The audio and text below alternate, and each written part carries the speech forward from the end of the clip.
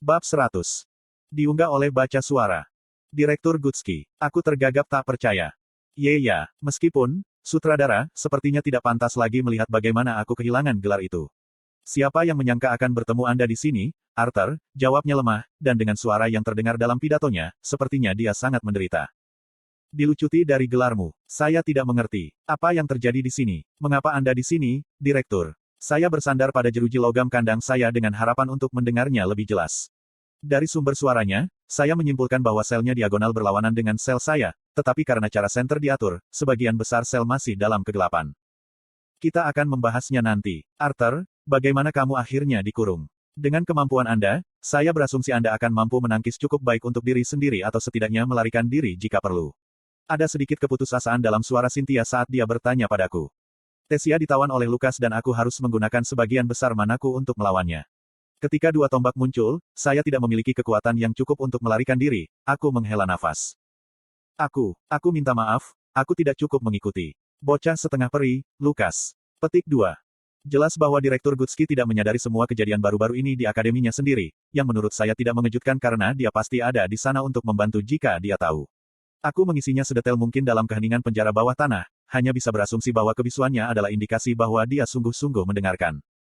Sulit untuk mengatakan apakah sel-sel lain memiliki tahanan di dalamnya, tetapi informasi yang saya ungkapkan tidak benar-benar rahasia sehingga saya menangkap Gutski sampai kejadian yang baru saja terjadi dengan Dewan.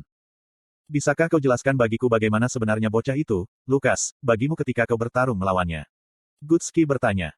Terlepas dari peningkatan kemampuan manipulasi mapnya, aku memperhatikan bahwa penampilan fisiknya juga berbeda.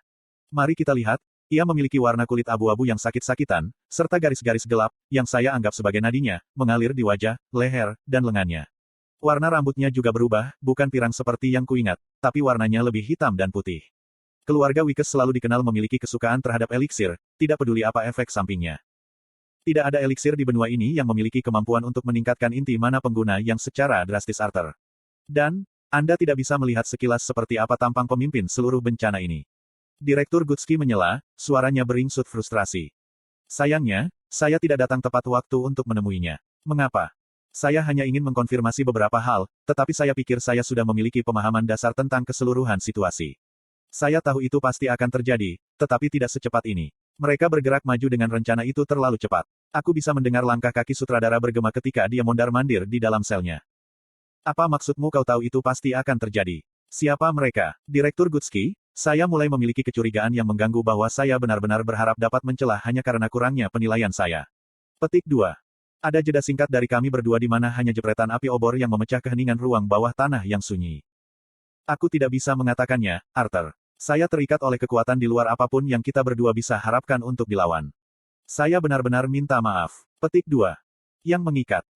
Begitu. Alangkah nyaman. Dan apakah ada cara untuk menghapus ikatan ini? Saya bertanya sebagai jawaban, terdengar lebih sinis daripada yang saya maksudkan.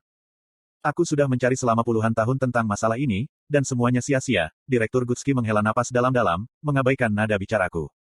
Maka alasan kamu dikurung di sini adalah karena... Dari apa yang kau katakan padaku dan berdasarkan apa yang sudah aku ketahui, tampaknya aku telah dijadikan kambing hitam yang Dewan ingin gunakan sebagai alasan nyaman untuk semua yang telah terjadi baru-baru ini. Mengapa Dewan membutuhkan kambing hitam? Aku juga tidak bisa mengatakan alasannya, jawabnya. Nada bicaranya jelas frustrasi, tetapi tidak ditujukan pada saya, melainkan pada dirinya sendiri. Arthur, sangat menyakitkan bagiku untuk terus membicarakan ini. Bahkan memikirkan menyebutkan apa yang saya tahu kepada seseorang mengaktifkan kutukan. Kita berdua harus istirahat, Tuhan tahu kita akan membutuhkannya. Petik 2. Sambil menghela nafas, aku melangkah keluar dari gerbang logam dan menyandarkan punggungku pada dinding batu selku yang kaku. Bahkan tanpa artefak yang mengikat inti mana saya masih tidak dapat menggunakan sihir apapun di sini. Karena tidak ada lagi yang bisa dilakukan, pikiran saya mulai berpacu dengan berbagai pikiran. Kami berada di dalam kastil melayang yang terletak di atas salah satu ujung terdalam dari bis Glades. Dengan asumsi bahwa saya bisa melarikan diri dengan Sylvie dan Direktur Gutski, apakah kita bahkan bisa keluar dari bis Glades hidup-hidup? Sylvie keluar dari pertanyaan karena perubahannya baru-baru ini telah membuatnya dalam keadaan hanya sedikit lebih baik daripada beruang yang berhibernasi. Gutski adalah penyihir angin inti perak, yang mungkin cukup bagi kita untuk terbang kembali. Saya mengulangi rencana saya setelah menyadari bahwa kami bertiga mungkin masih akan terhapus.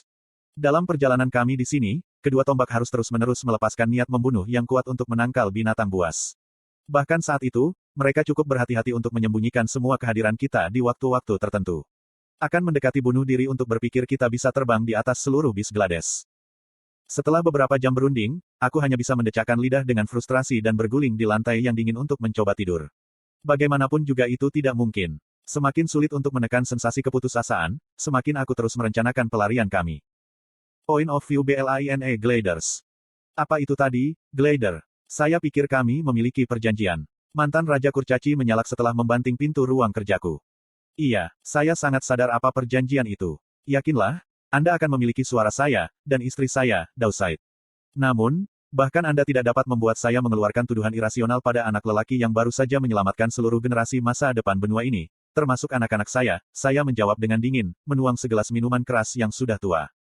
Anda membaca di https://rednovelfullonline.com.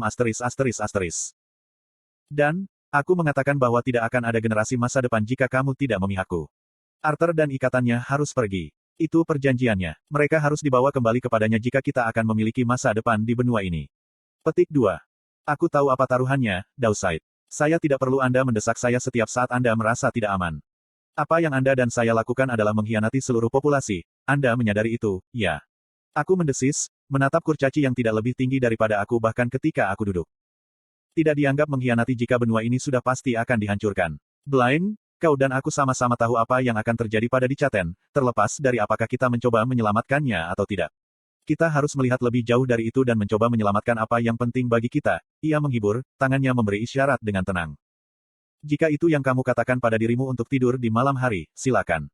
Apa yang kami lakukan adalah meninggalkan orang-orang kami sehingga kami bisa menyelamatkan diri kami sendiri. Aku mendengus, menggelengkan kepala. Itulah yang aku katakan pada diriku sendiri. Apa yang dia janjikan bukanlah transaksi yang buruk. Keluargamu semua akan hidup dan melayani dia seperti keluargaku. Petik 2. Dan bagaimana dengan orang-orang kita, Dowside? Apa yang akan dia lakukan dengan warga Dicaten? Jika bahkan kerajaan Sapin dan Darf tidak aman setelah kami berjanji setia kepadanya, apa yang akan terjadi pada kerajaan Elenoir? Petik 2. Peri selalu terlalu kuno dan benar untuk kebaikan mereka sendiri. Kakek tua itu, Virion, tidak akan pernah membiarkan Alduin memihak padanya. Ini memalukan juga, tetapi, tidak seperti kita, para elf tidak akan menyadari apa artinya menjadi seorang pemimpin. Bayangkan saja, Blind, teknologinya, kekayaan yang akan dibawa oleh dia dan rakyatnya ke Dicaten. Keabadian, kekuatan perang yang tak tertandingi, dan kekayaan yang tak terbatas tidak lagi hanya menjadi fantasi bagi kita, tetapi hanya masalah waktu saja. Petik 2. Pikirkan kata-katamu. Saya mengikutinya karena keluarga saya. Jangan gabungkan saya dengan orang-orang seperti Anda, yang meninggalkan ras Anda sendiri demi keuntungan pribadi. Saya yakin Anda bisa membayangkan apa yang kemungkinan besar akan dilakukannya begitu ia tiba. Apa yang akan terjadi dengan sisa dari 3 balapan? Kemungkinan besar genosida dalam bentuk apapun, atau jika dia pintar, dia akan menjadikan mereka semua budaknya. Petik 2. Mantan Raja Kerdil itu terdiam oleh tanggapan saya, mulutnya bergerak seolah-olah dia mencoba untuk membantah pertengkaran saya, tetapi tidak ada kata-kata yang terdengar keluar. Namun demikian, cinta istriku untuk anak-anak kami tampaknya jauh lebih berat daripada seluruh kerajaan manusia, dan tugasku untuk melestarikan darah Glider akan selalu menang, jadi yakinlah, kami akan memihakmu. Semoga leluhur saya akan memaafkan tindakan saya karena ini akan menjadi satu-satunya cara untuk menyelamatkan garis Glider. Aku menghela nafas dalam kekalahan. Dowside mengangkat tangannya, hendak menepuk pundakku ketika aku menatapnya tajam. Berpura-pura batuk kering, dia minta diri, meninggalkanku pada pikiran kelamku sendiri dalam kesunyian ruang belajarku.